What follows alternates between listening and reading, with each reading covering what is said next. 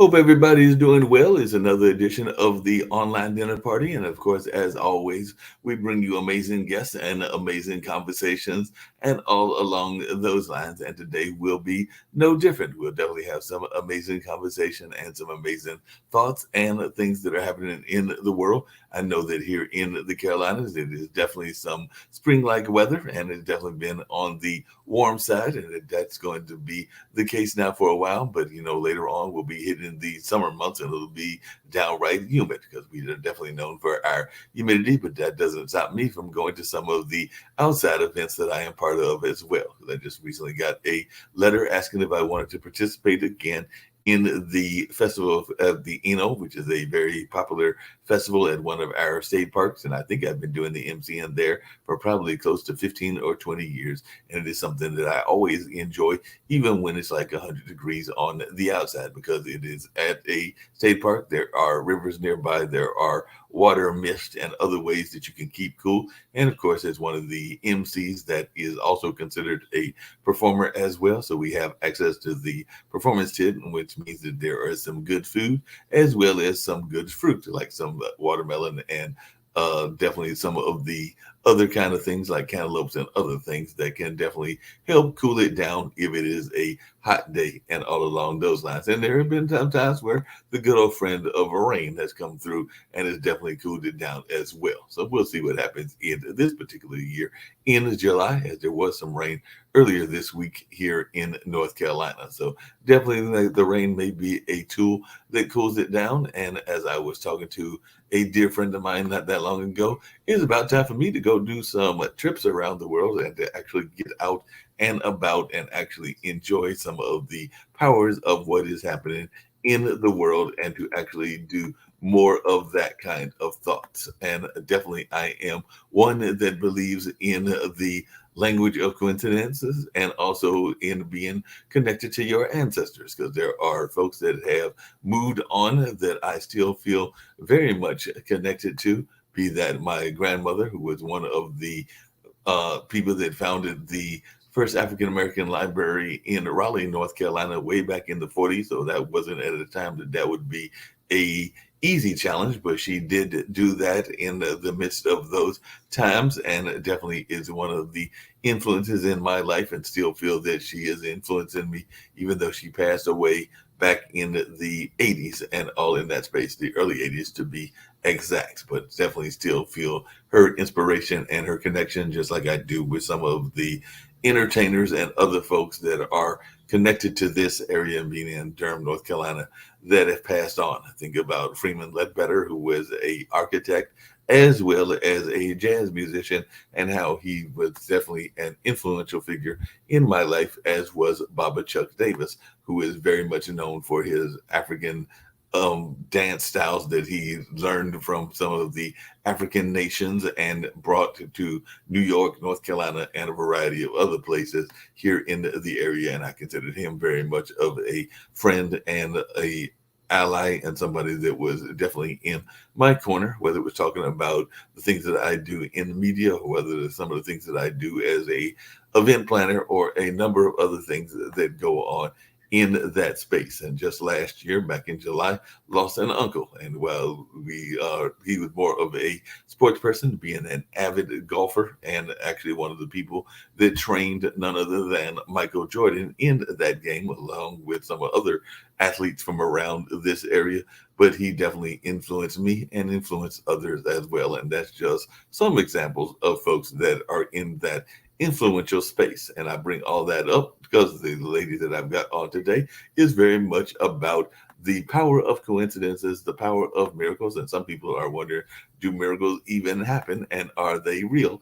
And all in that space. So I've got Sophia Dimas here and all in that way. So it's very good to have Sophia here. And I know that she's got this book called The Divine Language of Coincidence. And some people will be like, oh, it's just coincidence. It was not really something that was kind of divine and all in that space. But I am one of those people that believes that we need to pay more attention to the miracles that happen around us on a regular basis, because sometimes we just don't take as much heed to them as we probably should. But I'll let you speak to that and some of your own thoughts because I know you have some of your influencers as well. So, Sophia, it's very good to have you here. And like I said at the beginning, there are definitely some ancestral people that have played a major role in my life and all in that space, even though some have been gone much longer than others. I mentioned that grandmother who passed away back in '82, and we're in 2023. So she's definitely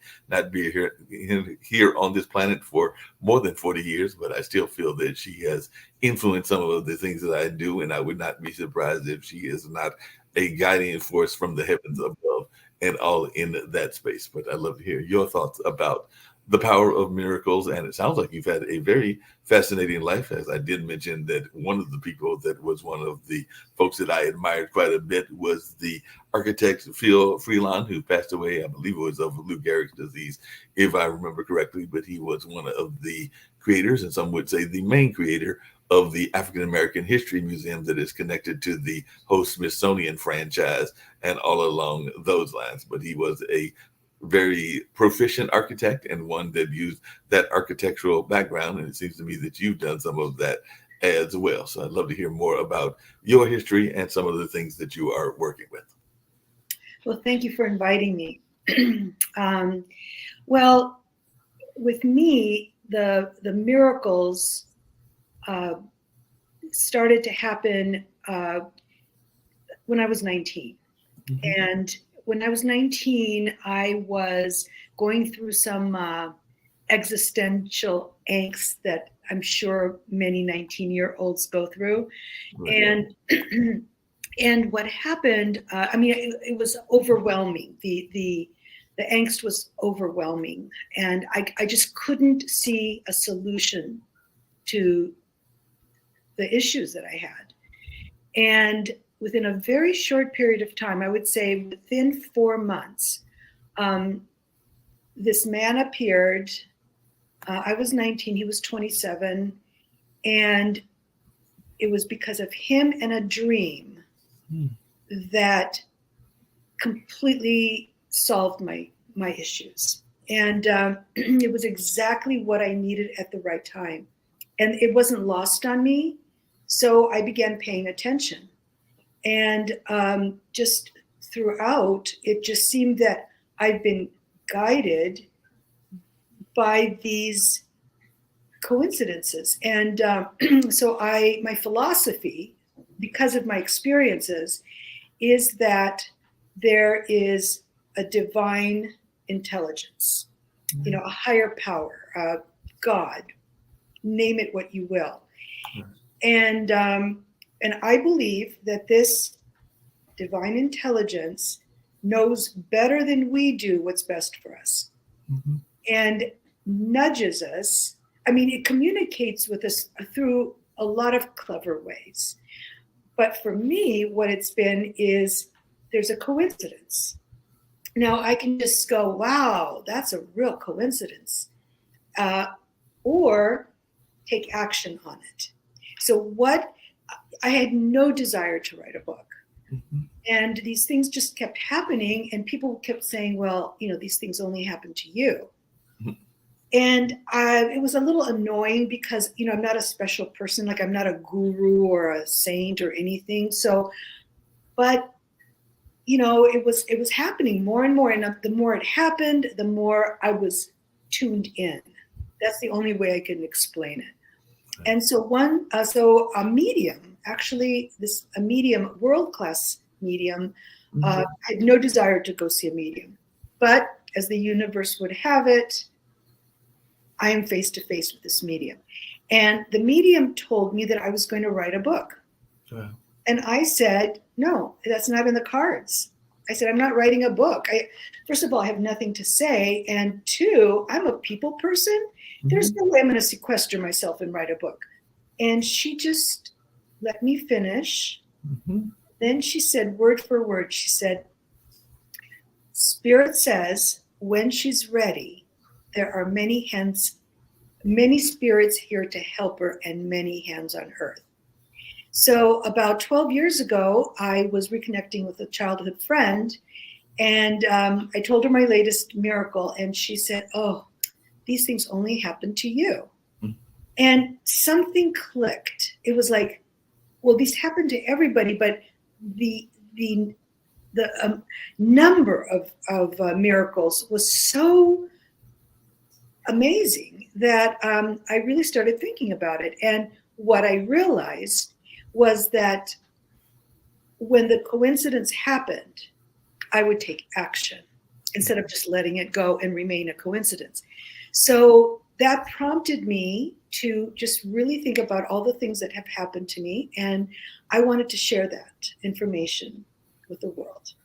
That makes a lot of sense. As you were saying that, a couple of things crossed my mind and everything is one is, do you think that we pay enough attention to the miracles when they happen or even observe the science? Because I am one that tries to remember the dreams when I wake up, but a lot of times the busyness of the day gets in and don't always, actually very seldom write down the dreams. And then later on, I have totally forgot the dreams. And some of them may have been some very profound messages that were put in that dreamscape and all in that line. And then another thing that I don't know what your thoughts are, but I've shared that with here on this network, and I've shared it before, and folks have heard this story, and they have not oftentimes had a counter. But we know that some 20 years ago, or more than 20 years ago, was a major disaster that happened in the sense of what mankind has done. Definitely, there are folks that will say something similar is going on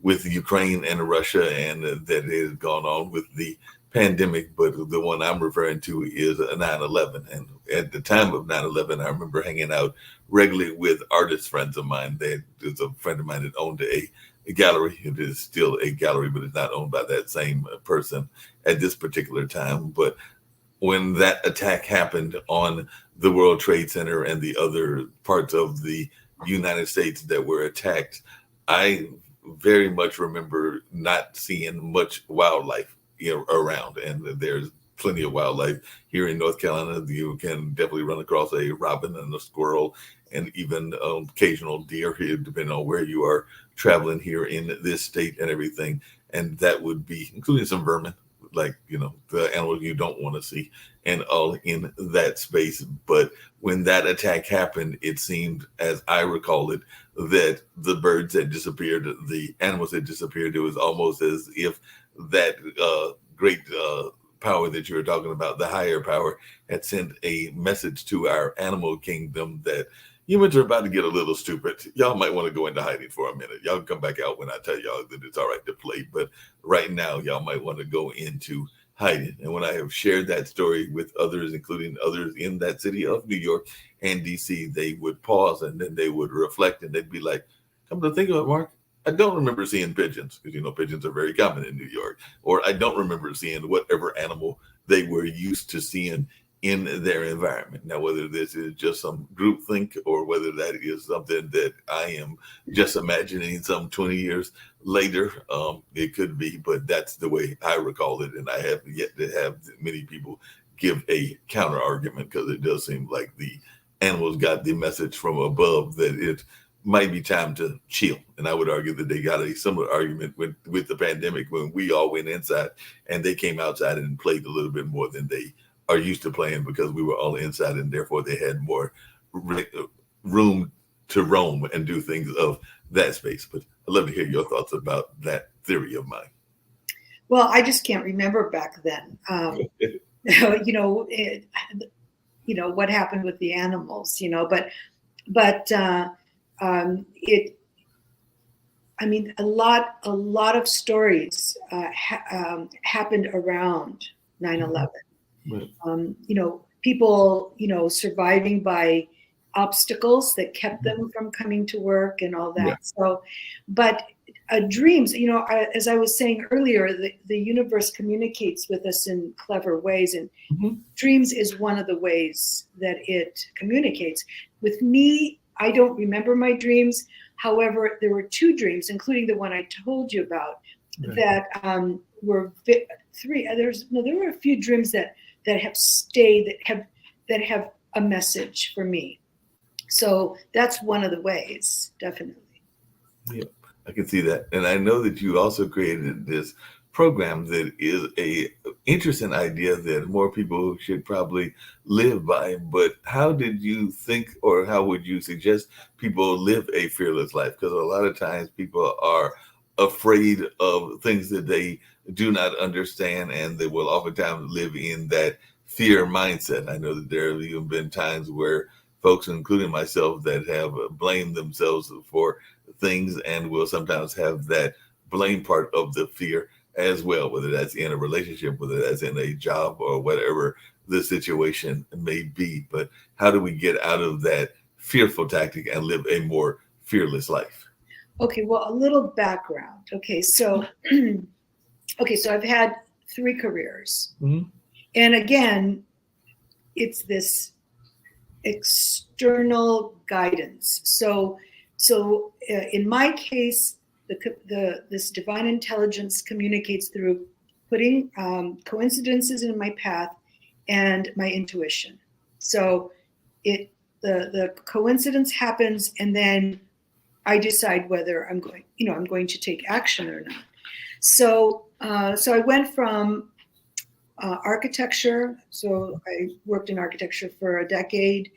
Then my last stint in architecture was designing biotechnology laboratories, which was challenging, but so far from beauty. So I got out of that and I went into fashion design. So I had my own fashion design business.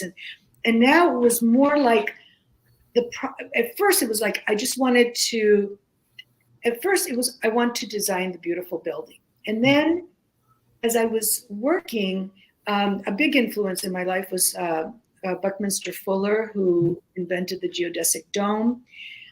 He was my idol. And as the universe would have it, and all of this is recounted in the book, I ended up working for Buckminster Fuller. And I mean, how does that work where you end up actually working for your hero, Right.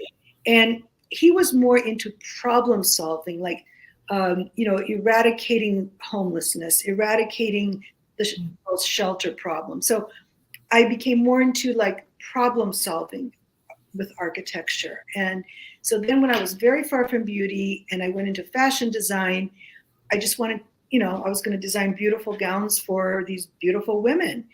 Well, that got boring really fast, because, you could put a sack on a beautiful woman and she's still beautiful. Mm-hmm. So I had 2 great assistants, and we produced 30 magnificent evening gowns for maternity gowns. Mm-hmm. And we would rent them. So this is what kind of put me on the map nationally. And then large women. So it was like, but as this thing was happening, my friend was creating an event for at-risk women. Hold on one second. Still continue your conversation. So it was at-risk women, and she asked me if I would give a talk on how to dress for success. And that was a key thing for me, because I found myself saying to her, you dress beautifully, you do the talk on dressing for success. But there was something that was just eating at me. And I noticed that there was that clients of mine that were really beautiful women, with beautiful bodies, that had a problem with their self-esteem, and it was like not feeling confident. And then I had my large women, and they just were, here I am, just no problem with confidence. So I went back to my friend. I said, I'd like to give a talk on self-esteem. Mm-hmm. And that is that just got the ball rolling. And I went back to school, and when I was 50, I graduated with my a master's in counseling psychology. So I put this 12 workshop program together, and I needed a captive audience. So I had it piloted in the Philadelphia prison system. So I had these women, and it was phenomenal. I mean, the administrators said that even before the workshops ended, they could see a change of behavior for the positive. And that, it just, but they wouldn't give me the money. So the board would not give me the money.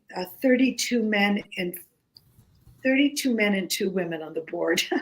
So what I did is I got a grant from the Pennsylvania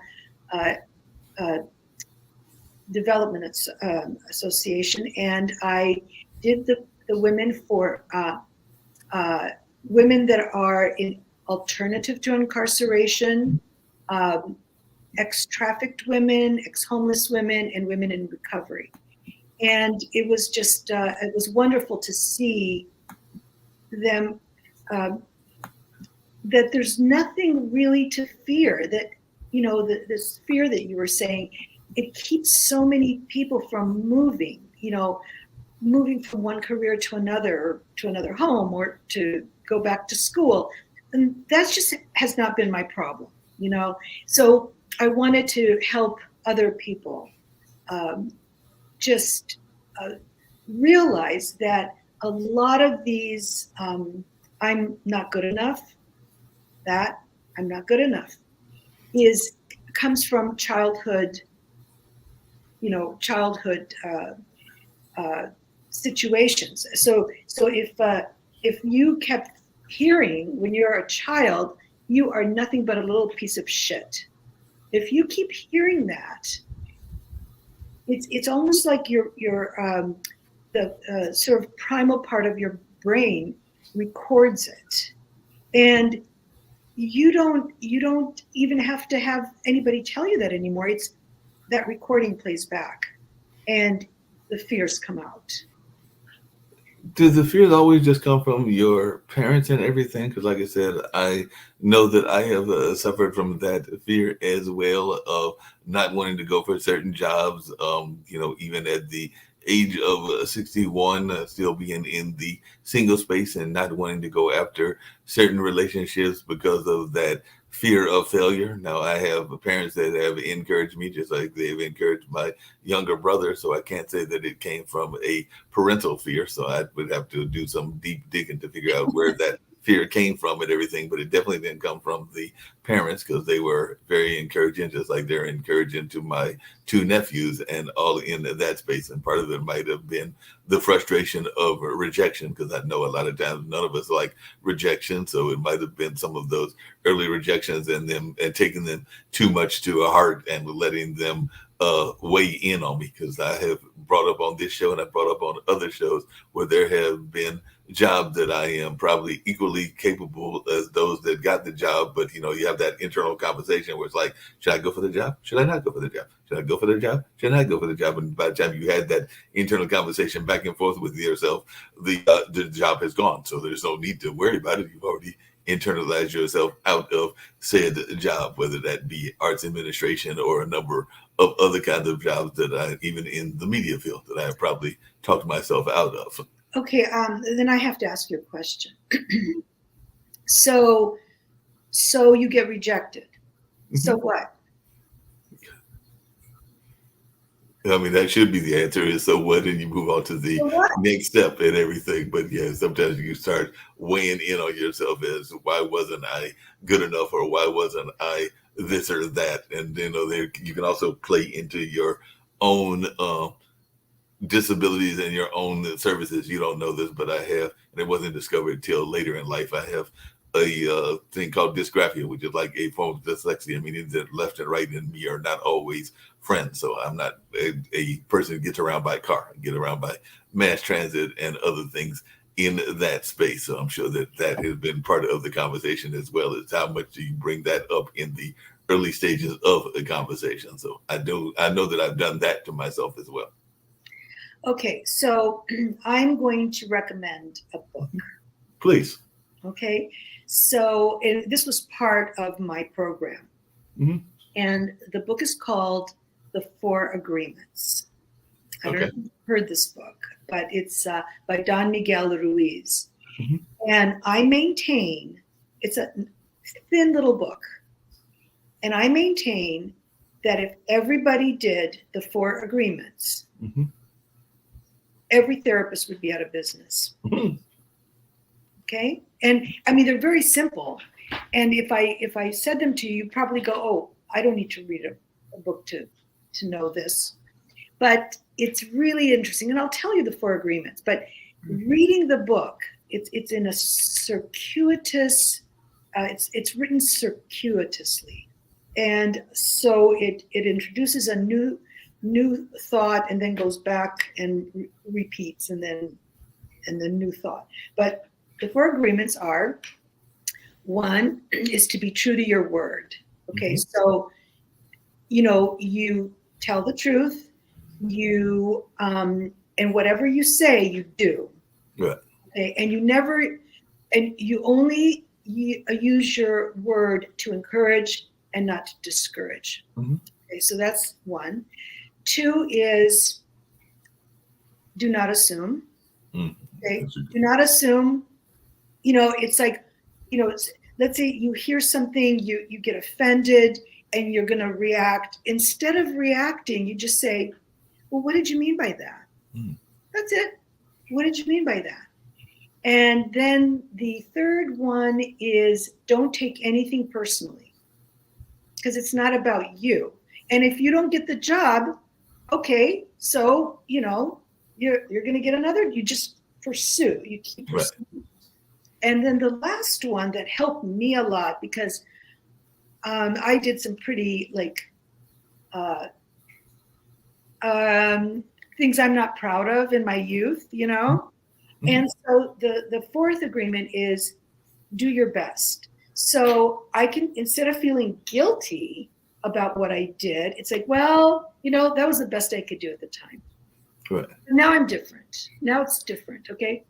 But from my experience, to me, it's clicking into that divine intelligence. And in my first book, The Divine Language of Coincidence, How Miracles Transformed My Life After I Began Paying Attention, it was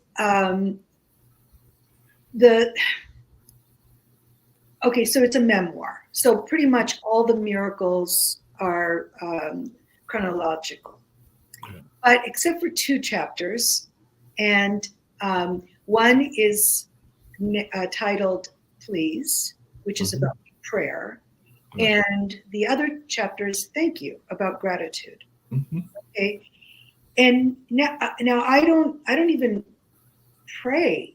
I don't even do prayer anymore. I just ask. And the miracles that happen in those 2 chapters are more thematic.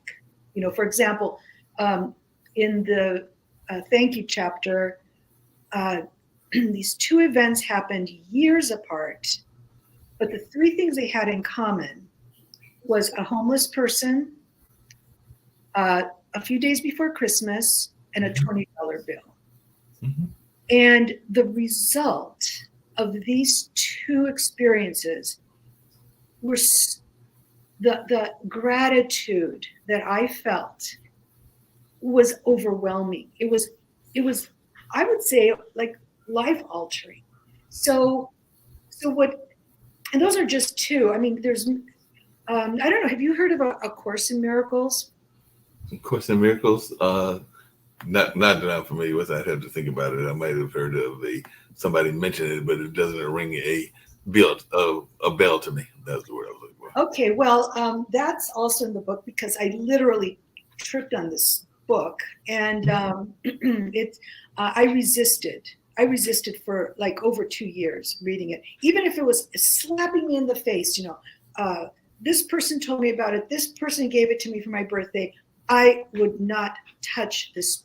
Well, no, actually, after I ran it, actually getting a pamphlet about this book, I decided, well, I was visiting my mother in Oregon, and coming back on the plane, after I had finished my Vanity Fair, I had no other reading material. So I had the pamphlet. So I started reading this pamphlet, and I'm like, okay, so everything negative is rooted in fear. Okay, and the antidote to fear is love. And I'm like, okay, I can buy that. Okay. And then there's the ego that wants you to separate, to be away from people, and then the Holy Spirit to connect. Okay. And I'm like, okay, this sounds good. Okay. So I come back to Philadelphia, go to the bookstore. I take one look at this book, and it has those thin little pages like the Bible with numbers. I'm like, I'm not touching this book. So anyway, 2.5 years it took for the final slap. Okay. And so my friend gave it to me for my birthday, and I put it under the nightstand. And when I was starting my dress designing business, I woke up in the middle of the night, and it was kind of like the money situation. Mm-hmm. And oh no, it's like I had the asset column here and the expenses over here. And I'm like, how can I make it? Oh my God, just starting this panic thing about the money. And I was almost going on a panic attack. And something said to me, just get up, turn on the light, and grab a magazine. So I turned on the light, and there's no magazine. And I'm like, I was desperate. And I got the book, and I opened the book, and there it said, in so many words, lack is not part of your life. You have everything you need. You know, there's love, and there's this, and there's that. And I mean, I hadn't even gone to halfway down the book where I could feel tears of gratitude of what I had. Right. And I thought right there, okay, any book that can bring me from panic attack to tears of gratitude in one page, I don't care. I'm going to drink the bitter medicine. So, and one of the reasons I resisted was that there's no author to this book, that it is channeled. And it's Christ-based. But I was at a meeting when 11 Jewish women were talking about taking the hand of Jesus, which, surprised me. And so it has guided me. But you have to be open. You have to open your mind just a bit for, these things to happen. And so it's the opposite of the Four Agreements. This is big, thick with little thin pages, and the other one is this nice thin little book. But each one is a true guide, life guide. And speaking of guides, I know another thing that you oftentimes talk about, which I know a lot of people have a hard time with, and sometimes it's a hard time even forgiving yourself and everything, which is this notion of forgiveness. Because I know there have been parts of relationships where I have been a part of the guilty party, just like I'm sure that there are parts of their senses of what they were doing, the young ladies, that they were guilty as well. But whether it is me forgiving them or me forgiving myself or the whole notion of forgiveness, I do find that is something that we as human individuals have a very difficult time with. And I don't care whether you're in Eastern society or Western society, it just seems that we have a hard time with this notion of forgiveness, even though it is very much a part of many a spiritual journey, because I know it is definitely talked about quite a bit in the Bible, but it is also talked about in other books of spirituality as well, whether that be the Quran or the Torah, I think is the one that the Jewish people practice, and even some of the Buddhist and Eastern religions talk about forgiveness. So I know it is a common theme, but I don't know that it is a theme that is addressed well even in our education system, because sometimes I don't even think the teachers forgive their pupils enough and all in that space. But I'd love to hear your thoughts about this notion of forgiveness. Well, you just touched on one of my favorite subjects. All right. So first of all, back to what you were talking about, having maybe have some responsibility in ending the relationships. Okay. So I would say exactly what I said before. Well, that was the best you could do. Okay, Right. Mark, at the time, no need to feel guilt. You learned the lesson. You're not going to do it again. Right. So that's one aspect of it. But so okay, this is it's in the book. So one day I was working in Center City, and I took my lunch to Rittenhouse Square, and I see 3 benches, and one of the benches has a book on it. So of course I'm going to go to the bench with the book. So I sit down and I pick up this book, and the title of it was something like, "Who told you you were naked? You were born naked," or something. Right. And I look on the back, and it's written by a Trappist monk who was also a student of the Course in Miracles. I thought, okay, book on the bench. It's okay. So I read the book. It was one of the most beautiful writings on forgiveness. And so when I I sort of meditated on it. My first language is Greek, so I thought of the Lord's Prayer in Greek, and I realized that the word forgiveness is not in the Lord's Prayer in Greek. So the Bible was written. The first time it was written was in Greek. Even though Jesus spoke Aramaic with his disciples, the Bible was written in Greek. So I went line for line on the Lord's Prayer, and there were some nuances there that are just completely lost in translation that are so important. And so what I did is I retranslated the Lord's Prayer from Greek to English to capture those nuances. So when it gets to forgiveness, instead of forgive us our trespasses or whatever, it says like free us from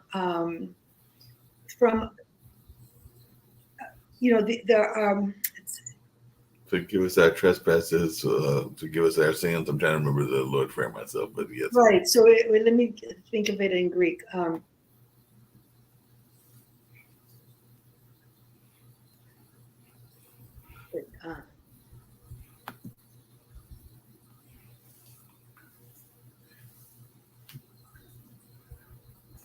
Okay, it's free us from our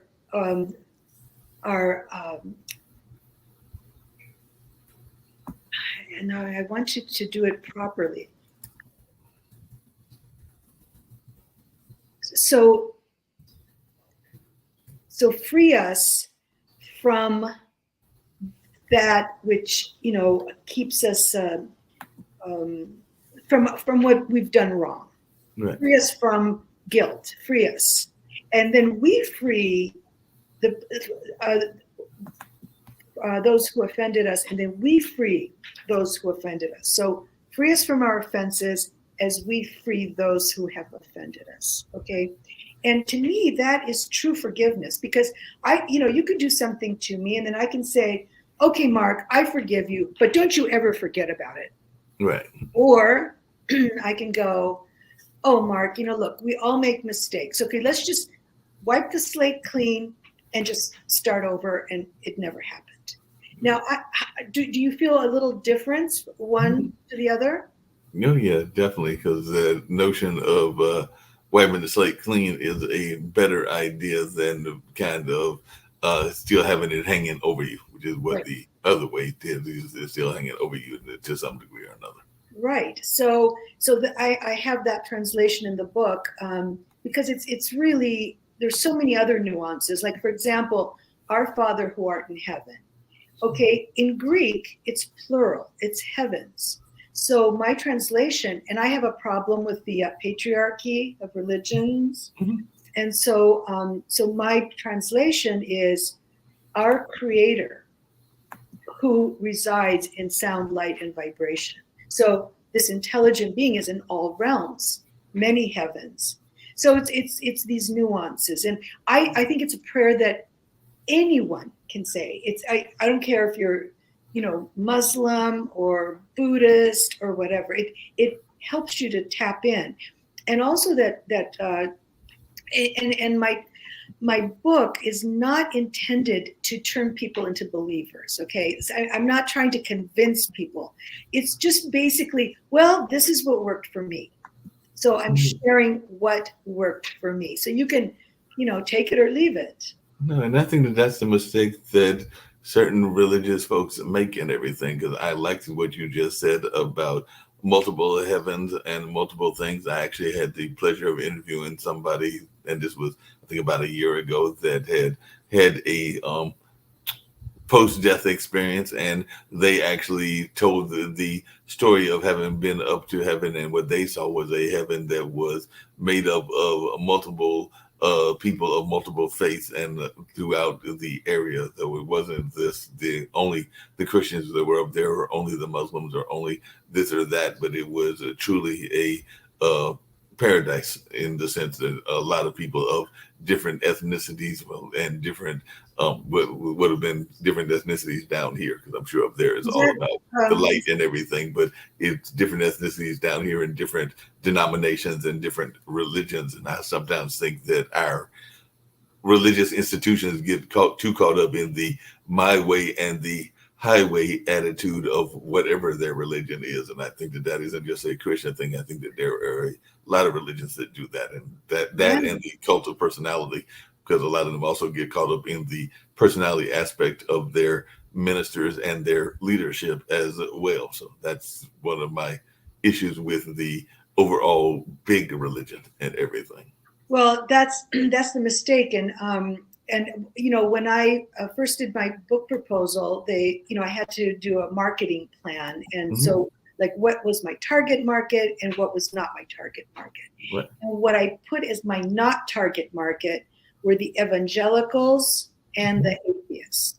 Right. But I was pleasantly surprised because, well, I don't know any evangelicals really, Mhm. but I know a whole slew of atheists. And so it was very interesting because there were 100 books, and I gave it to 10 atheists, so 10% of my books. Mhm. And they had to fill out a questionnaire. And so all 10 loved the book. Mhm. All 10 said they would give it to another atheist. But all 10, in so many words, said, oh, these are not miracles. It was like, these are manifestations of your all-powerful mind. Even though they're external things, these, I manifested them, and then somehow I cleverly, grasp them, and these are my achievements, and I have no business crediting God. Well, I think that's stranger than God, because yes, you can manifest things, but a lot of people are into this manifesting, what they Right. want. Right. And I just have gotten to the point where I always, like, I'll say what I want, just say it, and then, but whatever's best, Mhm. because we don't know what is best for us. So that's for me the guiding light. So as I have continued to have these experiences, all I do is just say, oh, I just ask. Why? It's not a big thing. It's not a big prayer. It's just I ask for what is best, and then when it happens, I just all I can do is express gratitude, and so that's how things are manifested in my life, and so that's what works for me. Okay, that works for you, and I can definitely see that working for a number of folks and all in that space, and I can definitely see that. But I definitely think that there has to be when I look at the beauty of nature, and I'm definitely a Yes. person that is a believer in nature and feel connected to nature in a lot of ways, then there has to be explanation for how it came here. I don't think it just popped up out of the middle of nowhere. So I think that's where my argument about there being at least some sort of God force out there has to exist, because I just don't see it happening without having been created from something. I just don't see it like just popping up out of the middle of nowhere without there being somebody that helped create it and everything, or some power that helped create it. But well, my experiences could not have happened without that intelligence. Right. It just could not, happen. And what's really interesting, so basically, okay, so that's my first book on coincidence, and my second book that's coming out September 5th. When I sat down to write the book, I didn't know how to start it. And so what I did is I made a list of the coincidences in my life and then the miracles. Mm-hmm. And what the action I took that I got the miracle. And they were just too numerous to cram into one book. So what I did is I plucked out all the ones that had to do with death. And I mean, and those are the stories. Now, I think what you alluded to was somebody that had a near-death experience, correct? Mm-hmm. Yes, I did. Okay, so those are NDEs, and scientists have been studying them for decades. Okay, I just recently found out that, and I knew that there are scientists that are studying consciousness, mm-hmm. but what I found out recently is that there are scientists that are actually studying coincidences. Mm-hmm. And then most recently, I found out that this field just opened up. It's after death communication, ADC. So just in time for my book, because the story. So I have 10 chapters. 7 of the are full of experiences that I had, and 3 are close friends. And I really don't know which one is the strangest, but just in time, this field opened up just in time. And so what I'm so excited about is that both books now have gotten the attention of scientists. So I don't know how this is going to unfold, but again, I just ask, and then whatever I receive, I say thank you.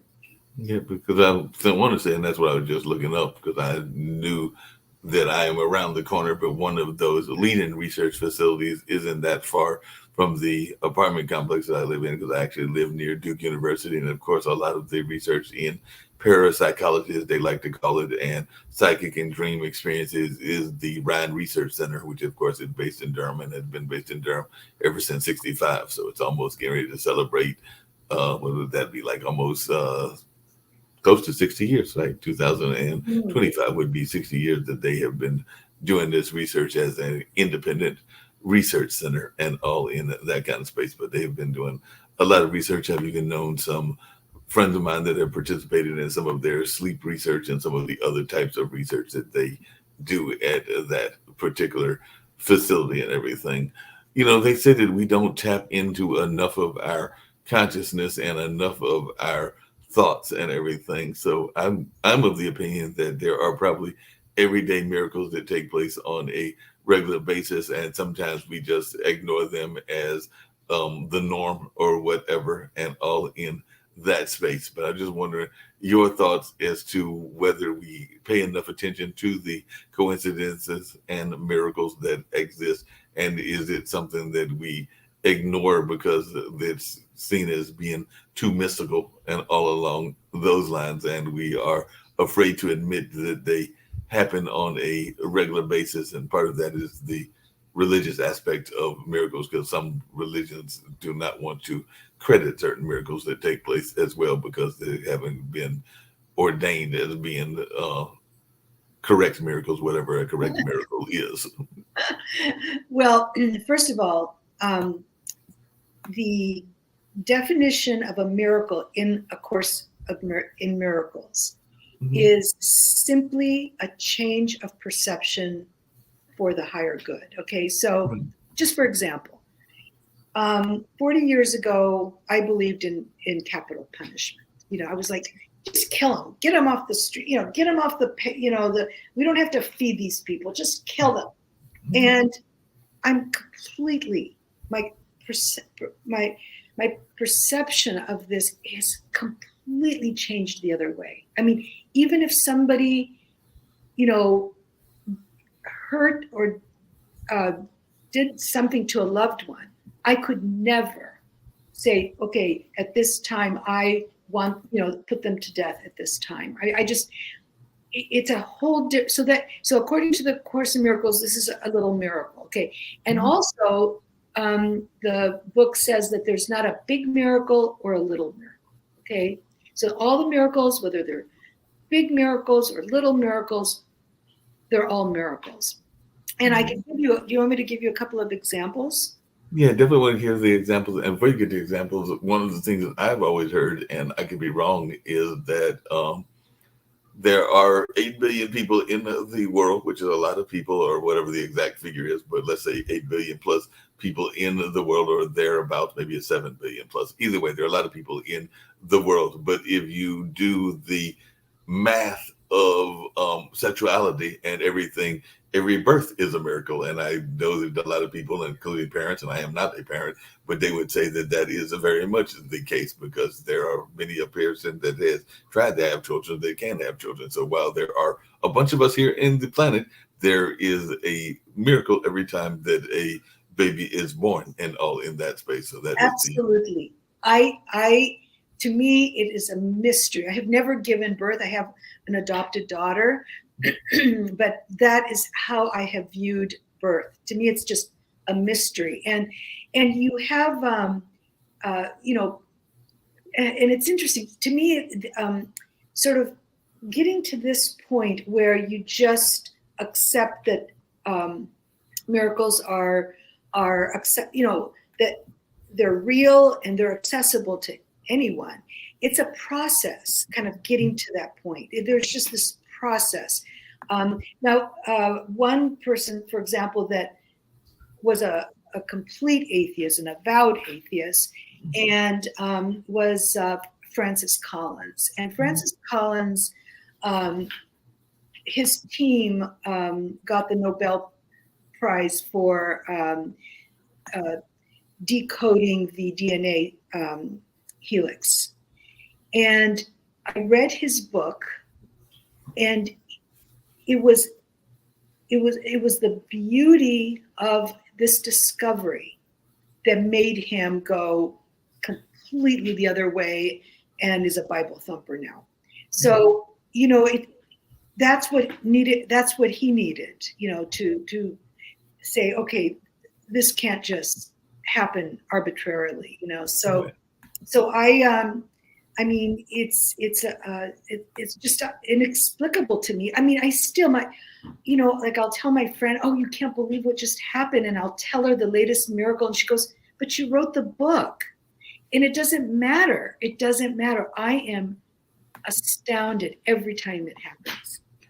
Miss Demis, just out of curiosity, because I used to practice this habit. Some people would say it is a bad habit. Some people would say that it is being superstitious and all along those lines. But how much do you think that we can control some of our own destinies and our own miracles and everything? Because there have been times where I have felt uncomfortable in a situation and everything, and I might remember that a cup was not in a particular location, or a salt shaker wasn't in a particular location, and in the course of whatever is going on, I might try to disrupt what was happening as I recalled it and everything by shifting maybe some of that energy and some of that narrative by moving things. And some people are like, no, that sounds a little too hocus pocus and too little bit like a person that is paranoid, but it has worked in my space sometimes, and it has definitely got me out of what was a uncomfortable dream as I remembered it, because I might be in a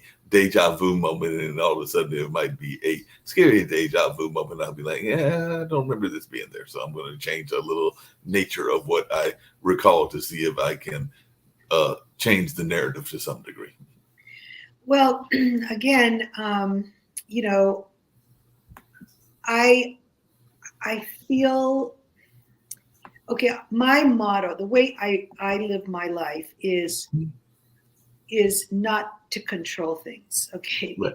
Because um, again, we don't know what's best for us. Okay, so let's say I want a red Ferrari, Mm. and I want this red Ferrari really, really bad, and there's all these obstacles in my way. In my way, I can't get the loan. I can't do this. It won't. They can't find a red Ferrari. Okay, or whatever. Right.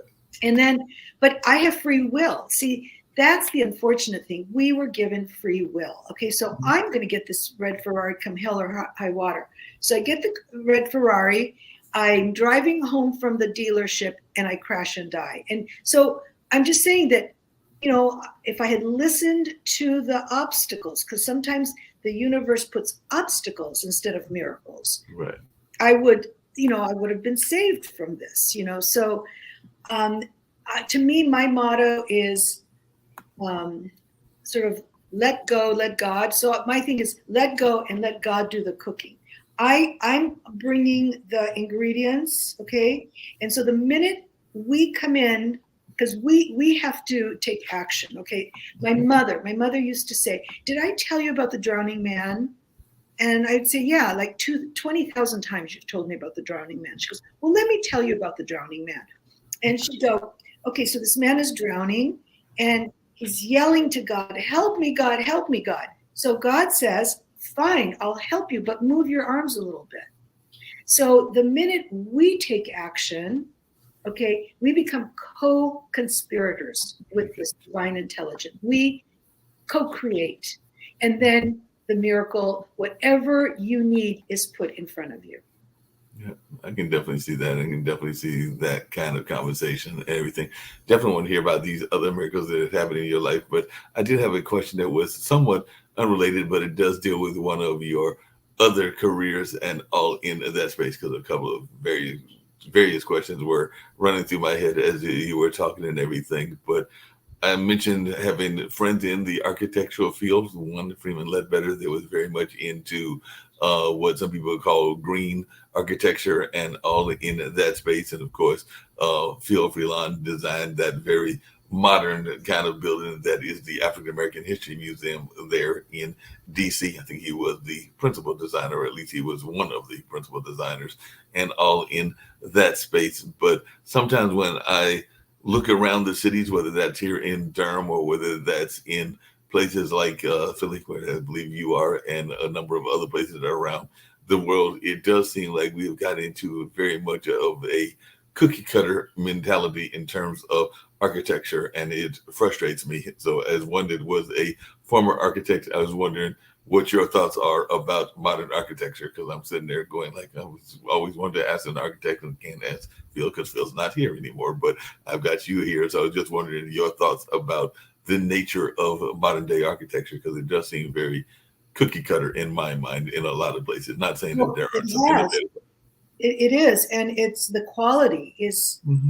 completely different. And I mean, there are these star architects like Buckminster Fuller or Gehry, or these people who create art, Right, or something completely different, and right. they exist. But overall, yes, I agree with you. Yeah, I definitely was thinking about that, how it can be very much too much cookie cutter. But you mentioned Buckminster Fuller before, and you mentioned that he was into tackling some very difficult issues and everything. And I had the pleasure recently of interviewing a young woman that forego her medical profession. She was going to medical school, moved up to Black Mountains, North Carolina to become a farmer, and is definitely doing some things in the wellness space. You mentioned wellness and mindfulness space, and is doing stuff in that kind of lane and with the environment. And like I asked her, I sometimes wonder, when we have these great minds, do they ever sometimes feel that they're tilting at windmills? So I'll ask you the same thing, because a lot of the issues that he was dealing with are still issues today, and I don't see any cure around them, including homelessness, which I don't understand why we have a homeless problem in what many people would say is the greatest country in the world, and historically has been one of the greatest countries in the world. But we've still got this vast amount of homeless people, including those living in tent cities. But I was just wondering Your thoughts as to whether, because you worked with this man, did he ever get frustrated with trying to tackle some of these big issues, or did he feel that he was going to come up with a solution at some point or another? He was the biggest optimist in the world. Okay. He was clicked in. This man was clicked in. In fact, I tell his death was he and his wife's death were the most romantic deaths I have ever been privy to. I mean, he was just clicked in. That's all I can say. But he was a complete optimist and this absolutely brilliant mind. I mean, it's there's a little book that talks about it's a biography. It's called what is it? Is it called? It's slipped my mind, but it's a remarkable life, that he had. Yeah, it sounds like it. As you were thinking about that remarkable life in that space of remarkability in the whole space of architecture. The other thing that you mentioned earlier, you mentioned your admiration of geodesic environments and everything. And my dad, who is a artist of note here in this area, and you can go to bambooturtle.com and see some of his work that is very geometrical and other things, but is also very nature related, because he might have pictures of insects and other things that are there and everything. But when I was a kid, my parents did a couple of amazing things. One, they formed a radio station when I was a preteen. I think I was about 14 or 15 when they decided to start a radio station with no radio background of their own. Mom was trained as a guidance counselor, and dad was trained as a engineer at North Carolina State, and they had some military training as well in the Air Force and all in that space. But they were frustrated by not hearing enough minority voices, not hearing enough of the music they loved, which was jazz and blues. So they started a radio station with no radio background, and it's lasted for 12 years and all in that space. Dad did a farm cooperative called And a Mule, which is a play off of 40 acres and a mule and everything. And he also, I want to say it was outside of Raleigh, built a geodesic home. So he literally built a geodesic home. We never moved into it, but he was in the process of building that, and we definitely had some fun. I want to say I was maybe a preteen or something, and I'm sure it got destroyed or was eventually moved. But yes, he was in the process. He's a big fan of Progressive and Mother Earth News, and I think it was something that he decided he was going to try. So he built a geodesic property, and he's even now thinking about setting up a event center in Durham, and I would not be surprised if that doesn't have some geodesic abilities to it as well. But yeah, when you mentioned geodesic properties, that made me think about that. Like, I haven't heard many people talk about geodesic properties, but they are existing and they can be very fun to look at, and in some ways they can be a precursor to some of these tiny homes and energy efficient homes that we're hearing about in the more modern day time. So I think that they were a precursor to those, but I don't know your thoughts as one that was a fan of geodesic properties. Well, what the philosophy behind the geodesic dome was that by using lightweight tubes, it's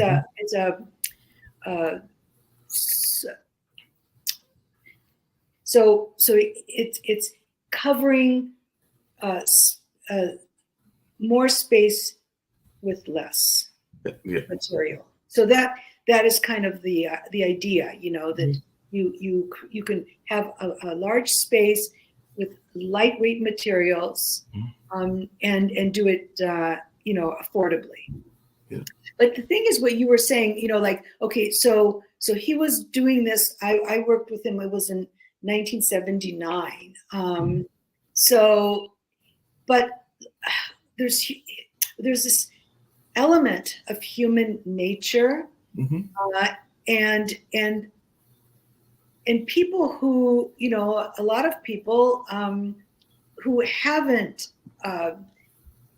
had sort of the spiritual journey and derived their satisfaction from power and money. Okay. People want power and money, and they don't care that that children can go hungry, or Social Security is going to be cut, or anything like that. It's what can they do to get more power and money, and that kills. Because Bucky believed that starvation could, be overcome. Homelessness can be overcome, but when there's policies that doesn't allow, the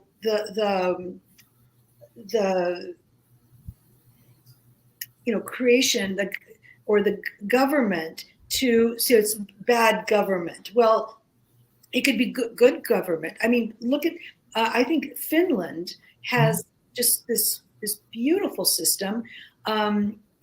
People love, paying up to 50% of their income to taxes, because look what they get back. They get free, excellent health care and free, excellent education. So, I mean, what's wrong with this nation that I know people in their 60s, they're still paying back their college loans. I mean, why? Because if it's not a moneymaker, it's not going to be put through, you're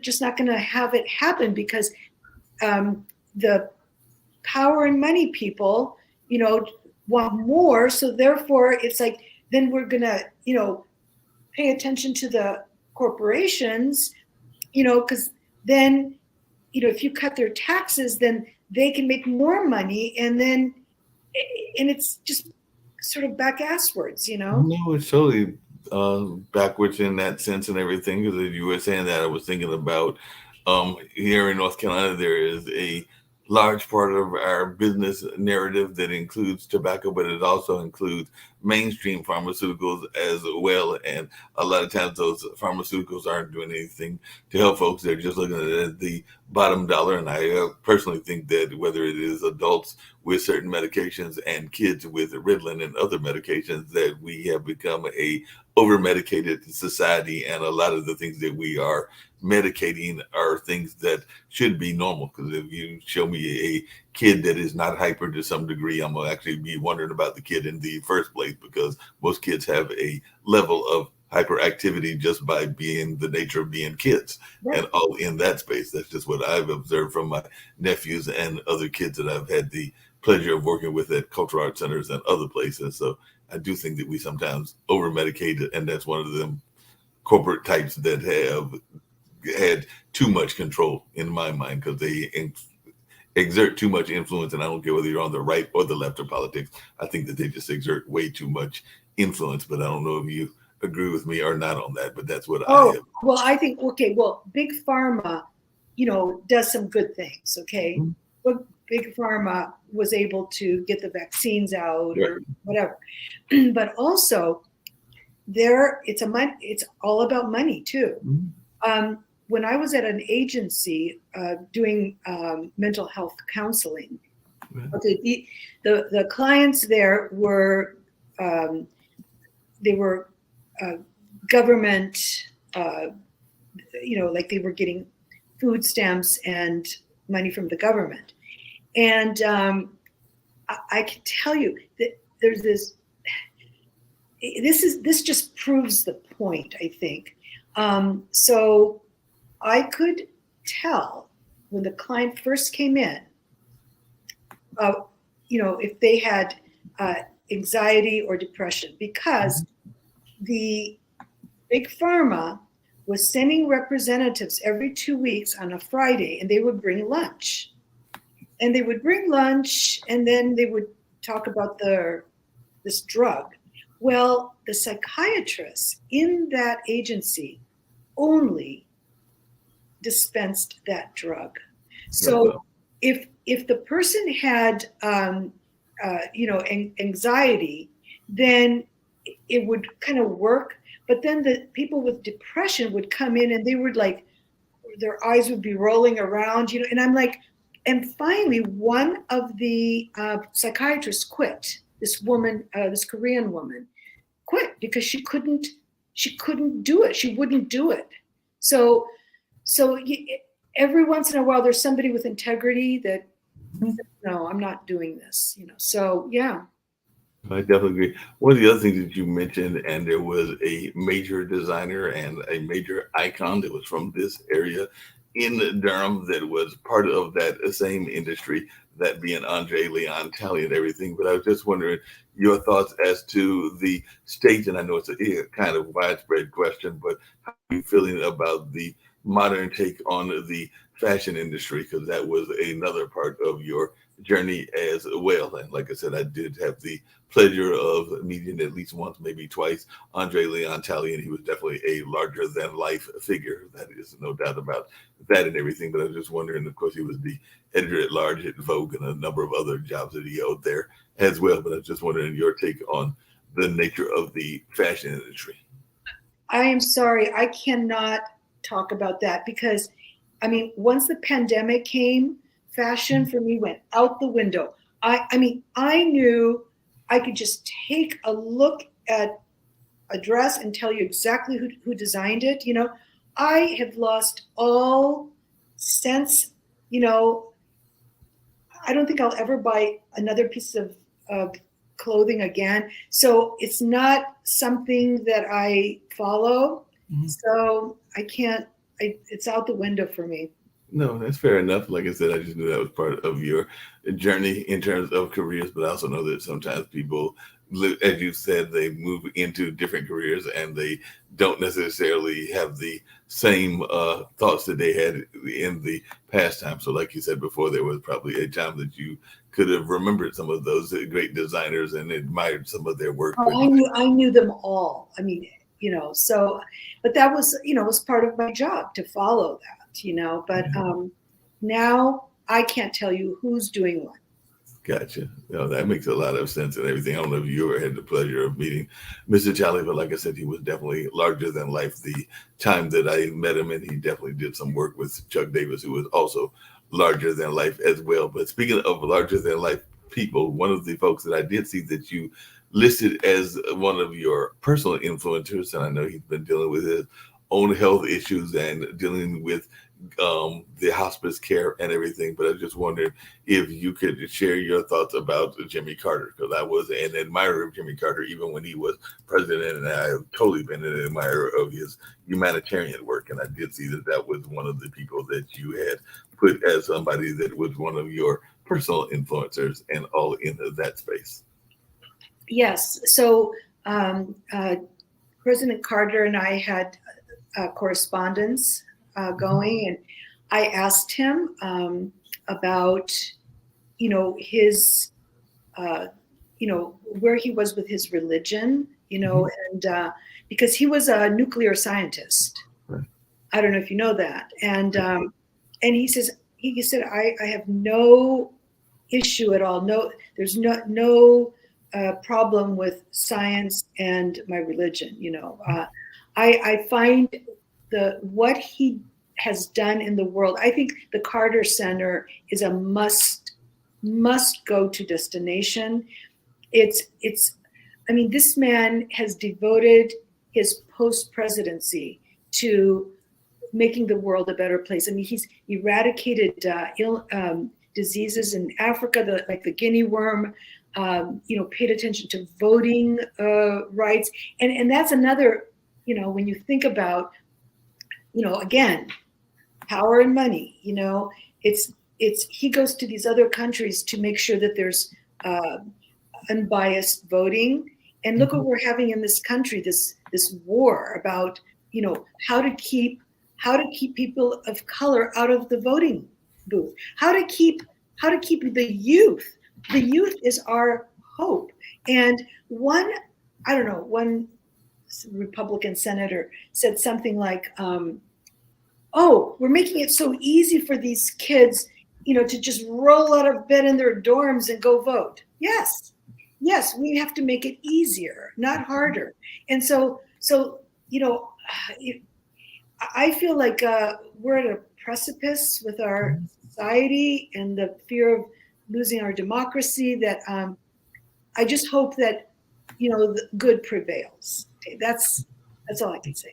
No, I definitely agree. And one of the things I was talking about on another show is we've gotten into this whole notion of this concept of otherism, where there is a fear of the other and what they could be doing, whether that is around sexuality, around gender, around weight, around a number of other things, including education, and all in that space. I personally wish that we would get out of that otherism mentality, kind of almost like self victimhood and all in that space. But I just love to hear your thoughts about that, because it does seem like even with the pandemic, we saw a bunch of otherisms and people that were divorcing each other over different stances. And always been of the belief that we can agree to disagree. Doesn't mean that you have to agree with me 100% or I have to agree with you 100%. But I think that some people get too caught up in their my way or the highway attitude. That is part of my problem with certain religious folks and everything, because I think that they get too caught up in the my way and the highway attitude as well. But I'd love to hear your thoughts about that, because that is something that frustrates me about not just America, but the world in general. Well, but there are some things that, again, power and money. I mean, it's. I have to say that I take the highway instead of, going along with this. All that matters is power and money. I mean, I can say that brings on, that just brings on, pushes people that have less money away from, because power and money is it. So it's a class thing that happens. Mm-hmm. Instead of welcoming everybody to, for diversity, you have this, keep them separate. Keep, again, the ego, keep everything separate, and just the power and money. So look, I see nothing wrong with wealth, but it's what you do with it. No, I definitely agree with you, and definitely what you do with that wealth. And there was a thing that I used to do DJing on a regular basis. I may get back to doing it with a couple of stations, and there was a blues shows that I did, so blues music, and one of the songs that I used to play regularly was Just to That Notion, which was the punchline within the song was that they had never seen an armored car at a funeral yet, which basically implies that you can't take the money with you, so you might as well do something positive with the money if you're going to be making the money, and all along those lines. So that's a line that I remember from that particular song. I wish I could think of the artist and everything in that space. There is something that I used to watch regularly. Well, I've got to ask you a somewhat joking question, and then I'll get to the more serious one, because I used to watch Quantum Leap, and you love Quantum Leap, so I'm curious to hear about your thoughts around quantum mechanics and consciousness and yogis and the quantum field, because I used to love that particular show, which was definitely dealing with that same concept. But before I get to that serious stuff around quantum leaps and quantum mechanics, do I have to forgive, since you're in Philadelphia, do I have to forgive the Philadelphia 76ers for firing my former schoolmate and I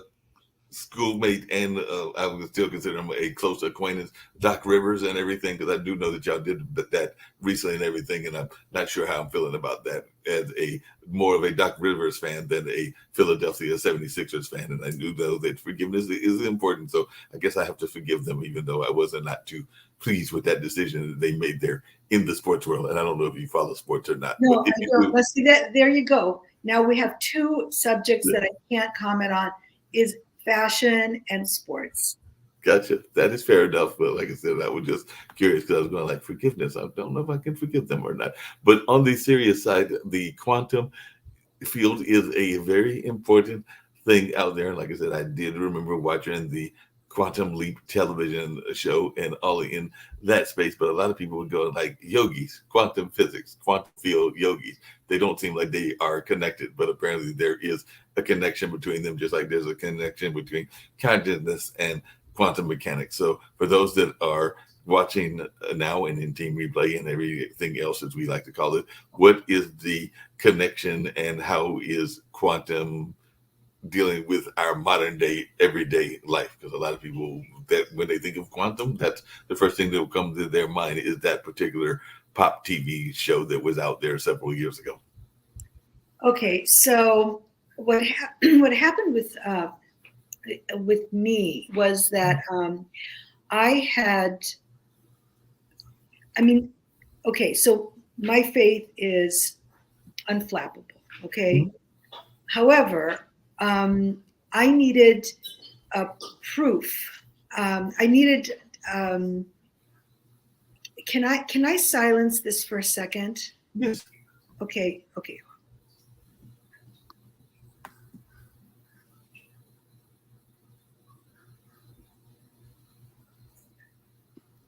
I'm sorry. That's okay. No problem. Okay, so quantum. So when I first started writing the book, even though I'm a true believer, I was curious on how these events could happen in our physical world. Right. So I decided that I needed to study quantum mechanics, and it helped.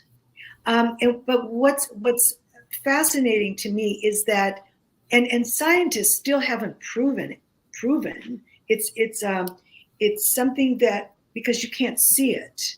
So here are these very scientists that are atheists because you don't see what you believe in, then turn around and are believe in the quantum world. Mm-hmm. So when you really start, it quantum plays tricks on you. Okay, so for example, there's a steel beam. Okay, so the question is this solid? Mm-hmm. And of course, you're going to say yes, this is solid. Right. But when you really see the particles involved that are waves so it's really not in reality, it's a bunch of little waves that behave a certain way to trick us into thinking that this beam is solid. So and so it's a lot of this quantum sort of happens with this consciousness. And the yogis, and that's been, mysticism has fascinated me. And, one of the influencers on my influencers page, and people could go on it, it's sophiademas.com, and it's my influencers, because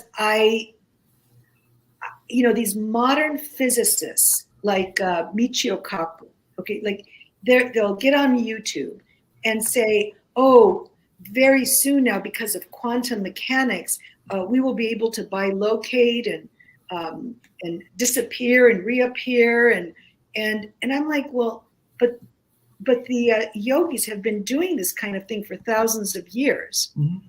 And I had also heard that there were these Greek Orthodox monks that kind of did this bilocation in Greece and Mount Athos, and also Russian Orthodox monks off the coast of Alaska.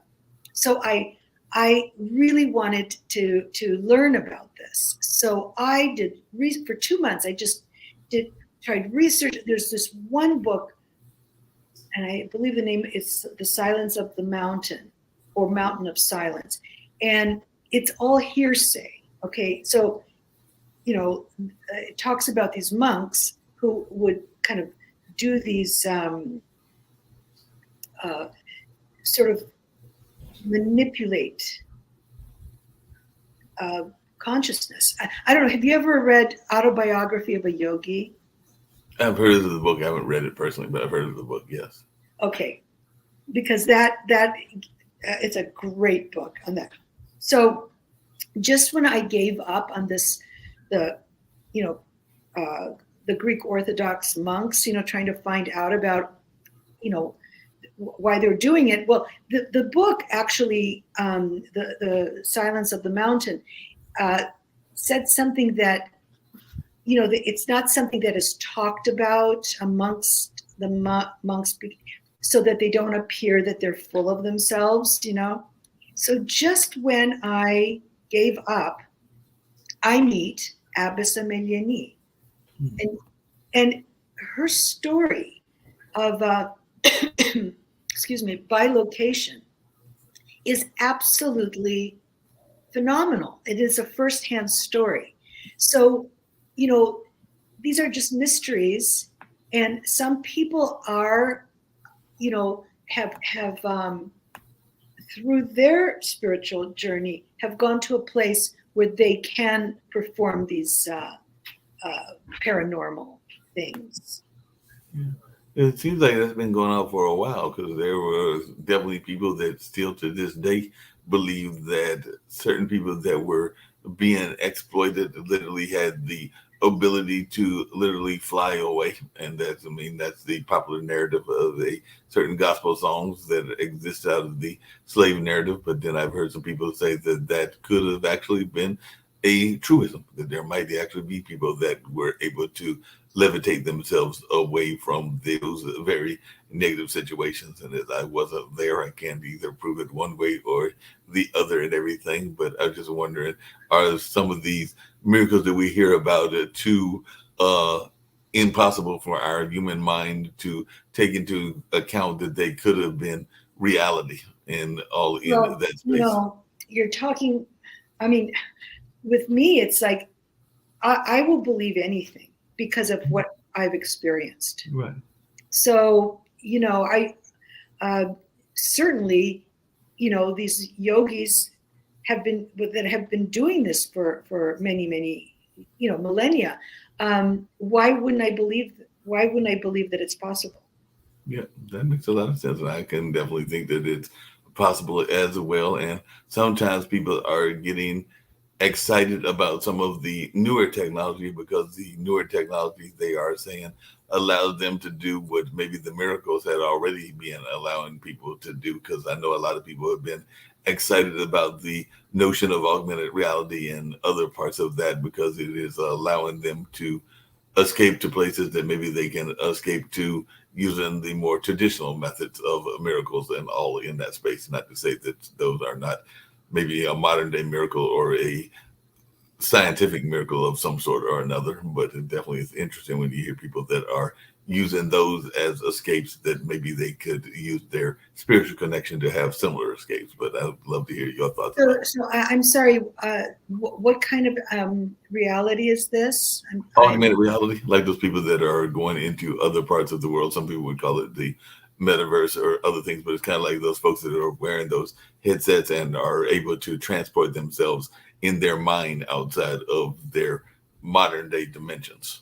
I don't think I can talk on that. Okay, that is more than fair. What are some of the things that you have learned, and we're going to wind down and see you didn't think that the conversation would go that well, but I think it's been a very fun and enjoyable conversation, at least for my part, and I've learned a lot, and I have some reading that I've got to get to because you've given me some homework as well, and I do appreciate homework from my various guests. But what are some of the things that you have learned from your different jobs that you bring into your modern day life? Because you have mentioned and we've talked about some of these various jobs that you have had, but what are some of the things that have you have brought from those into what you are doing in the current times? Well, I kind of touched on that. How, you know, at first it was more, you know, like wanting to in architecture school, just wanting to design the beautiful building. Okay, Right. and then, you know, shifting to using my knowledge of architecture to solve problems. You know, the problem. You know, creating space that you know is economical, or you know, and then the next thing was, you know, the dresses, and started out kind of superficial, you know, just beautiful dresses, but then no, it was for the problem figure that challenged me, and then it was how can I help people, more people. And so I think what happened with me is that the sort of the career um, journey is that what is important to me now is very different that was important to me then. It's to help people. And I think that's what happened with coming to write these 2 books, is that these things can happen. These have happened to me. And some of the miracles are like this bizarre coincidences that ended up giving me something at the end. And then there's what I would consider a pretty big one. There's healings that happened, and then there's my relationship with my husband. Okay, so it was I discovered early on, when I maybe 6 months into the relationship, that he had anger issues. I mean, he would just explode in rage, and I could just accidentally cross my eyes, and he took it that I was demeaning him or something. And then instead of going, what did you mean by that, or to qualify, he would go off. And the reason I stayed was because he would try to do whatever he could to better himself. He found a therapist. He found a men's group that were full of ragers. And then finally, I just had to say bye-bye because I could, Well, I moved out for a total of 6 months. And the last 3 incredible coincidences happened. One involved the Course in Miracles. The second one involved his wedding ring. And the third one is pretty amazing. But how we ended up with this kinesiology and the readings that she did for us in Hawaii. And so that was in 2009. We got back together, and he's transformed. He hasn't had one episode since 2009. I am now married to my dream companion. Okay. How does that work? Yeah. Sometimes time and fate bring those dreams back to reality, and sometimes they are not meant to be there at the time that you initially get them, and then you have to they have to go through their change and evolution and all in that space, and then they come back as the dream person that you were originally thinking that you were getting in the first place. But they had to do some inner workings, it sounds like, and all in that space to get themselves together. See, but again, I have to say that in this case, once again, I will repeat this because it's very important, that the universe, this divine intelligence, and this is a great way to end this, because this great intelligence knew better than me, because I said, I don't want to ever see this jerk again. Okay. Mm-hmm. But this intelligence knew what was best for me better than me. And by introducing these coincidences and me taking action on them, healed this relationship to,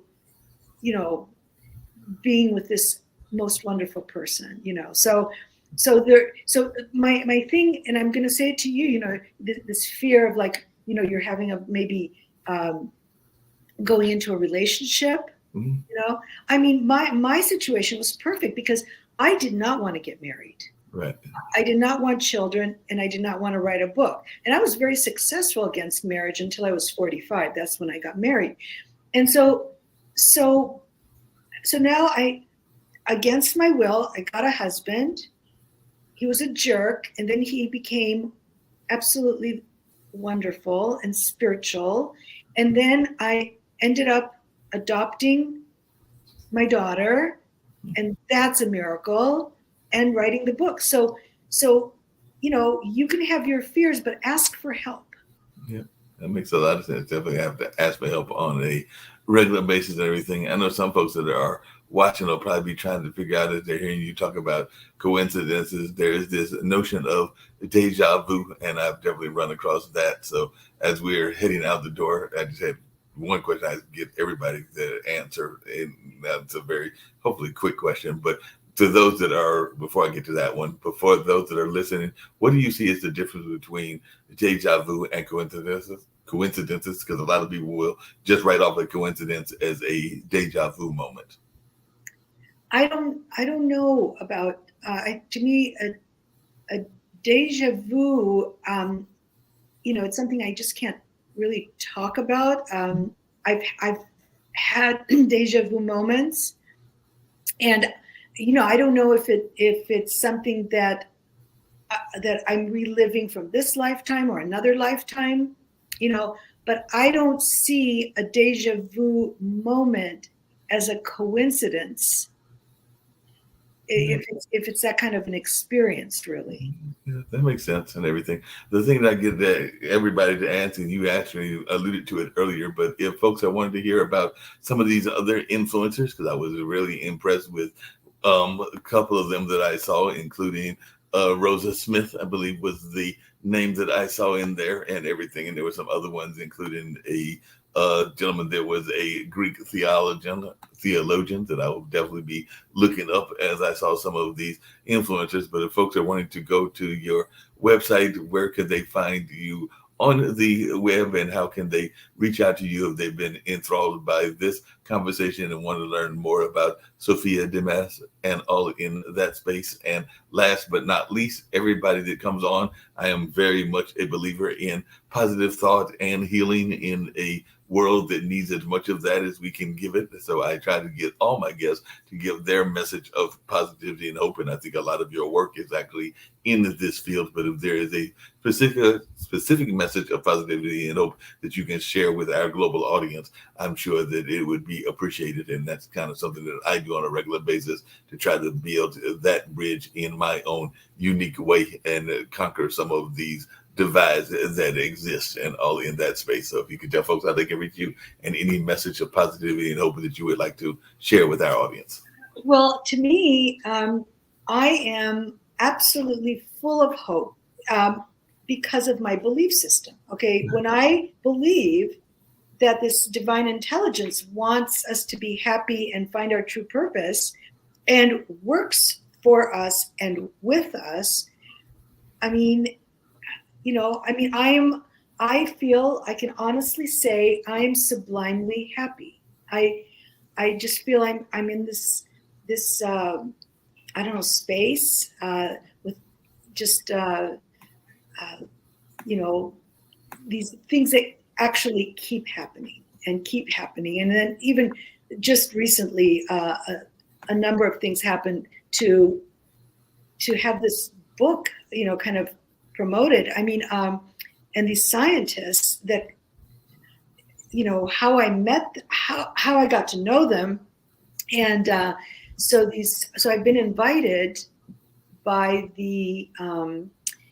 it's the Scientific and Medical Network out of the UK as one of the 15.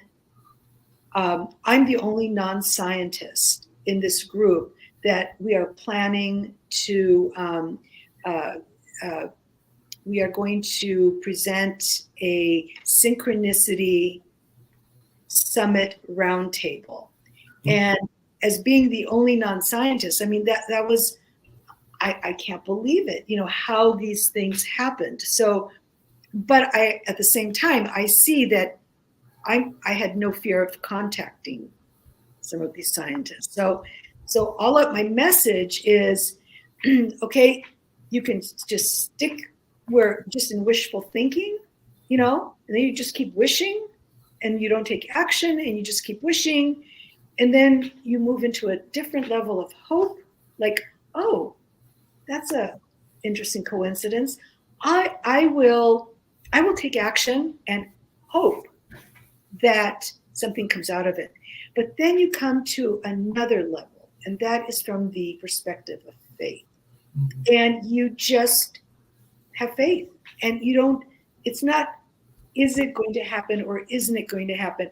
You just know that the best will happen, and this faith is what drives me. And I know that I'm not the only possessor of this faith. Anyone can get to that. Well, I greatly appreciate it. I know our listeners will appreciate it as well. We're going to get out with a couple of public service announcements, one about the veterans and all along those lines. But I thoroughly enjoyed our conversation, and I will definitely try to grab those books that you recommended. And I look forward to hopefully having you come back in the near future on Pod TV and sharing more of your wisdom as well. So I definitely enjoyed the conversation, and I hope you enjoyed it as well. But we'll definitely try to get you back. No problem. How you holding up? Nothing wrong with getting help. If I promise to look into it, will you drop it and help me build this fence? Now you need my help. If you or a veteran you know needs support, don't wait. Reach out. Find resources at va.gov/reach.